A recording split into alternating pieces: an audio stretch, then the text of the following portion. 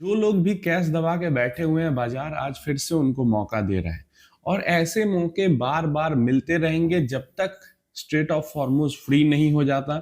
जब जब बाजार के अंदर उम्मीद जगेगी और उस उम्मीद को तोड़ा जाएगा, तो इसी तरीके की गिरावट बाजार के अंदर दिखेगी और आपको इन्वेस्ट करने की लमसम अपॉर्चुनिटी मिलेगी। आज के डेट में अगर हम देखते हैं तो मार्केट हमारा खुलते खुलते ओपन होते होते जो रुपी है वो 96 रुपी पर डॉलर के मार्क को क्रॉस कर गया। 96.2 के आसपास ट्रेड कर रहा था। तो जल्दी ही हम 100 रुपया में $1 खरीदेंगे भाई, जल्दी ही वो समय आने वाला है। इसके बाद जो क्रूड ऑयल की प्राइसेस है, ब्रेंट क्रूड 111 पे ट्रेड करने लगा, क्रूड ऑयल 107-8 पे ट्रेड करने लगा, मतलब 110 के ऊपर चला गया क्रूड ऑयल का प्राइस। क्रूड ऑयल का प्राइस भी ऊपर चला गया, रुपी भी गिर गया डॉलर के अगेंस्ट में। तो जो प्रॉब्लम है वो अभी जारी है और क्रूड ऑयल का ऊपर जाना और रुपी के नीचे गिरने से हमारी जो समस्या और बढ़ जाती है, हमें महंगाई खरीदना पड़ता है। अब रुपी गिर रहा है, रुपी अगर लगातार गिर रहा है तो जो पेट्रोल डीजल के ये 2 रुपए 1 रुपए का जो प्राइस बढ़ रहा है ना, उससे कंपनी को कोई फायदा भी नहीं होने वाला। कंपनीज को थोड़ा सा बेनिफिट, मतलब लॉस थोड़ा कम तब होगा रुपी हमारा स्ट्रांग हो, तब तो वो डॉलर खरीदेंगे रुपी से, तो डॉलर कुछ सस्ता मिलेगा। अगर रुपी गिरता ही चला जाएगा तो उन्हें तो डॉलर भी महंगा खरीदना पड़ रहा है, फिर उस डॉलर से जो तेल है वो भी महंगा खरीदना पड़ रहा है। मौका जो अभी है इन्वेस्टमेंट का वो मिलता रहेगा जब तक कि ये तेल और गैस के दाम नीचे नहीं आते। देखो, आज का मार्केट गिरना तो पहले से ही आप लोगों को पता हो जाना चाहिए था, क्योंकि सैटरडे को मैंने पहला वीडियो जो सुबह में बनाया था उसी में आपको बताया था कि ट्रंप की जो मीटिंग है वो फेल हो गई एक तरीके से चाइना के अंदर में। और जो लोग, पूरी दुनिया के बाजार जो उम्मीद लगा के बैठा था कि ट्रंप चाइना के अंदर जाएंगे तो मतलब अमेरिका और चाइना के बीच में कुछ डील हो सकता है, कुछ निष्कर्ष निकल सकता है जिससे कि स्ट्रेट ऑफ हॉर्मुज को ओपन कराया जाए, ईरान को वहां पे शांत कराया जाए, लेकिन वहां पे ऐसी कोई कॉन्क्रीट स्टैंड नहीं लिया गया, पॉइंट नहीं निकल के आया। और जिस कारण से जैसे ही ये एक तरीके से फेल हुई मीटिंग, उसकी न्यूज फैली चारों तरफ के बाजार गिर गए। यूरोप के बाजार भी भयंकर तरीके से गिर गए, अमेरिका के बाजार भी भयंकर तरीके से गिर गए और एशियन इक्विटीज के जो फ्यूचर्स थे, इवन जो मार्केट ओपन थे, वो सब गिर गए। आज के डेट में भी हम देखें तो अमेरिका के जो फ्यूचर है वो गिरे पड़े हैं भयंकर तरीके से, यूरोपियन मार्केट्स के फ्यूचर भी गिरे पड़े हैं और एशियन मार्केट्स तो सारे ही डाउन है काफी बुरी तरीके से। अब हालांकि ये अलग बात है कि बाकी मार्केट जो है वो पीछे अच्छा कर रहे थे, हमारा मार्केट पीछे भी खराब कर रहा था और आज भी खराब कर रहा है। जब ग्लोबल मार्केट अच्छा करते तो भी हमारा मार्केट खराब करता है अपने रीजन के कारण, और जब ग्लोबल मार्केट ही बुरा कर रहा है तब तो हमारा मार्केट गिरेगा ही गिरेगा। और हमारा मार्केट जो है वो दो तरफा परेशान है। एक तो ये तेल के कारण जो परेशानी है तो है ही, दूसरा जो ऑयल के कारण परेशानी है और एआई के कारण परेशानी है, उसके कारण भी हमारा मार्केट परेशान है।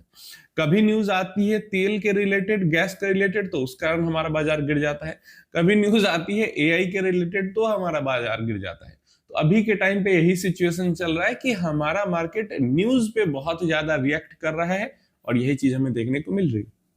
अभी ट्रम्प की तरफ से धमकी आ जाती है कि टाइम बॉम्ब टिक टिक टिक टिक कर रहा है, या तो ईरान डील को जल्दी से जल्दी फाइनलाइज करे या फिर से लड़ाई के लिए, वॉर के लिए तैयार रहे। मतलब बोल इतना ज्यादा रहे हैं, जितना कर रहे हैं उससे 100 गुना ज्यादा बोल रहे हैं, लेकिन कुछ हो नहीं रहा, कोई नहीं डर रहा।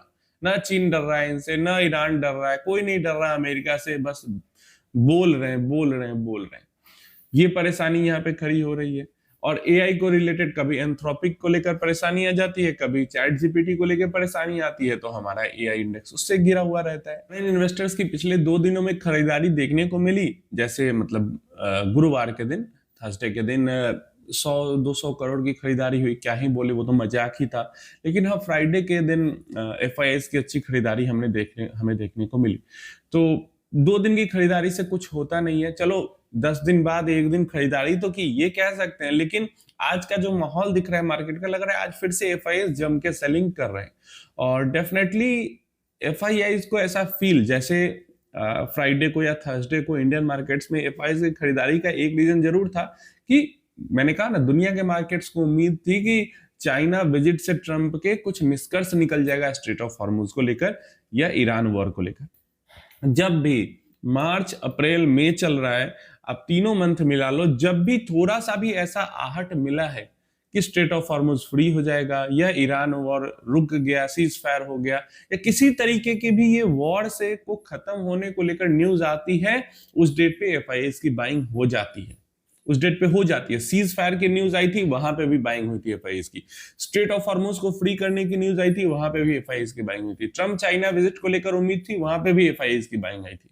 तो एफआईआई इंतजार में बैठे हैं कि ये जो सिचुएशन है वो नॉर्मल हो, दिख ऐसा ही रहा है, इंतजार में बैठे हैं सिचुएशन नॉर्मल हो, तेल गैस के प्राइसेस नीचे जाए तो वो इंडियन मार्केट्स के अंदर पोजीशन बनाएंगे। और जब तक ये सिचुएशन खराब रहता है, जब तक ये सारी चीजें चलती रहती है, लंबा अगर खिंचता है, तो एफआईआई इंडियन मार्केट से दूरी बना के ही रखेंगे। एफआईआई वेट कर रहे हैं सिचुएशन के चेंज होने का, ये जो उनका बर्ताव है, बिहेवियर है बाइंग एंड सेलिंग का, वो यही चीज को दिखा रहा है। जब भी थोड़ी सी भी ऐसी न्यूज आती है कि वॉर की जो समस्या है, तेल गैस के प्राइसेस अब नीचे आ सकते हैं, प्राइस बाइंग कर लेते हैं उस दिन, और फिर नेक्स्ट डे पता चलता है कि चलो सब सपनों पे पानी फिर गया, तो फिर से वो सेलिंग स्टार्ट कर देते हैं। तो उम्मीद ऐसी है कि एफआईआई वापस आ सकते हैं अगर ये वॉर रुक जाए, स्ट्रेट ऑफ हॉर्मुज फ्री हो जाए, तेल और गैस के प्राइसेस जो है वो नीचे आ जाए, थोड़ी सी रुपी हम के अंदर हमारा स्ट्रेंथ आ जाए। तो ये सब चीजें अगर नहीं होंगी तो एफआईआई दूरी बना के रखेंगे, और एफआईआई अगर दूरी बना के रखेंगे तो परेशानी जो है वो और ज्यादा कंपाउंड होगी। एज ए इन्वेस्टर हमें इन सारी चीजों को झेलना होगा।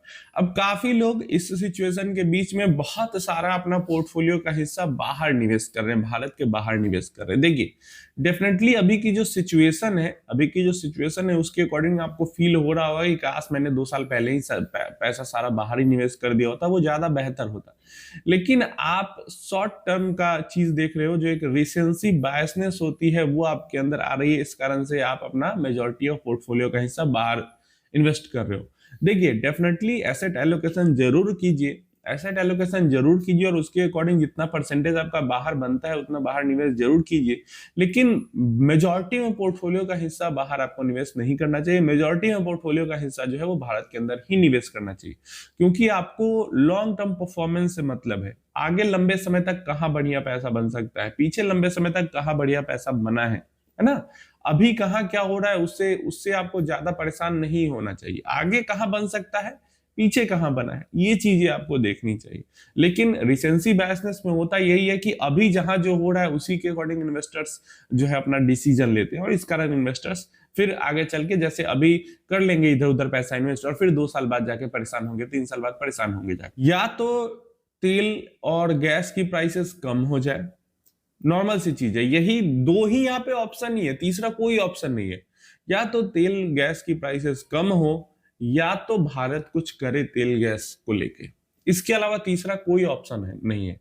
अगर तेल और गैस की प्राइसेस इसी तरीके से एलिवेटेड रहती है और भारत कुछ नहीं करता है इसको लेके, तो डेफिनेटली हम बहुत बड़ी समस्या की तरफ बढ़ रहे हैं, और ये बहुत बड़ी सच्चाई है। तेल गैस की प्राइस नहीं कम होती है, जैसे रशिया यूक्रेन के टाइम पे भी एलिवेट हुआ था, लेकिन फिर कम हो गया जल्दी ही, सालों सालों तक इतना बढ़ा हुआ नहीं रहा। अभी हम देखें तो पिछले 3 महीने से लगभग $100 के पास है। अब अगले 3 महीने भी $100 के पास, $100 से ऊपर रह जाता है, तो बहुत बड़ी समस्या हमारी इकोनॉमी के लिए हो सकती है। अब ये मैं डराने के लिए नहीं कह रहा हूं, ये सच्चाई है, और बहुत ज्यादा उम्मीद है मुझे कि कुछ ना कुछ तो इसका सॉल्यूशन निकल आएगा। या तो इंडिया कुछ करे, इधर उधर थोड़ा दिमाग लगाए, या फिर किसी तरीके से शांति समझौता होकर स्ट्रेट ऑफ हॉर्मुज ओपन हो जाए। और अभी जो स्ट्रेट ऑफ हॉर्मुज ओपन नहीं है उसका जिम्मेदार ईरान नहीं है, उसका जिम्मेदार अमेरिका है। स्ट्रेट ऑफ हॉर्मुज को ईरान ने फ्री कर दिया था, लेकिन अमेरिका ने अपना नेवल ब्लॉकेड नहीं हटाया, नेवी का ब्लॉकेड नहीं हटाया, इस कारण से वापस से ईरान ने उसको क्लोज कर दिया। परेशानी पहले भी अमेरिका ने खड़ी की थी, और अभी भी अमेरिका ही परेशानी खड़ा कर रहा है। और इसको एक तरीके से सीधा सीधा कहें तो पहले भी ट्रंप ने खड़ा किया था, और अभी भी ट्रंप खड़ा कर रहा है। सब कुछ जो डिपेंडेंट है वो तेल और गैस की प्राइसेस पे डिपेंडेंट है। पूरी इकोनॉमी के अंदर जो परेशानी, या पूरी दुनिया के अंदर जो ये परेशानी एनर्जी क्राइसिस का लाके खड़ा कर दिया, वो स्ट्रेट ऑफ हॉर्मुज और तेल गैस के प्राइसेस के कारण हुआ है। और आज की भी जो गिरावट है वो फेल्ड चाइना ट्रिप का नतीजा है, सीधा सीधा यही है, आप इसको मान सकते हैं।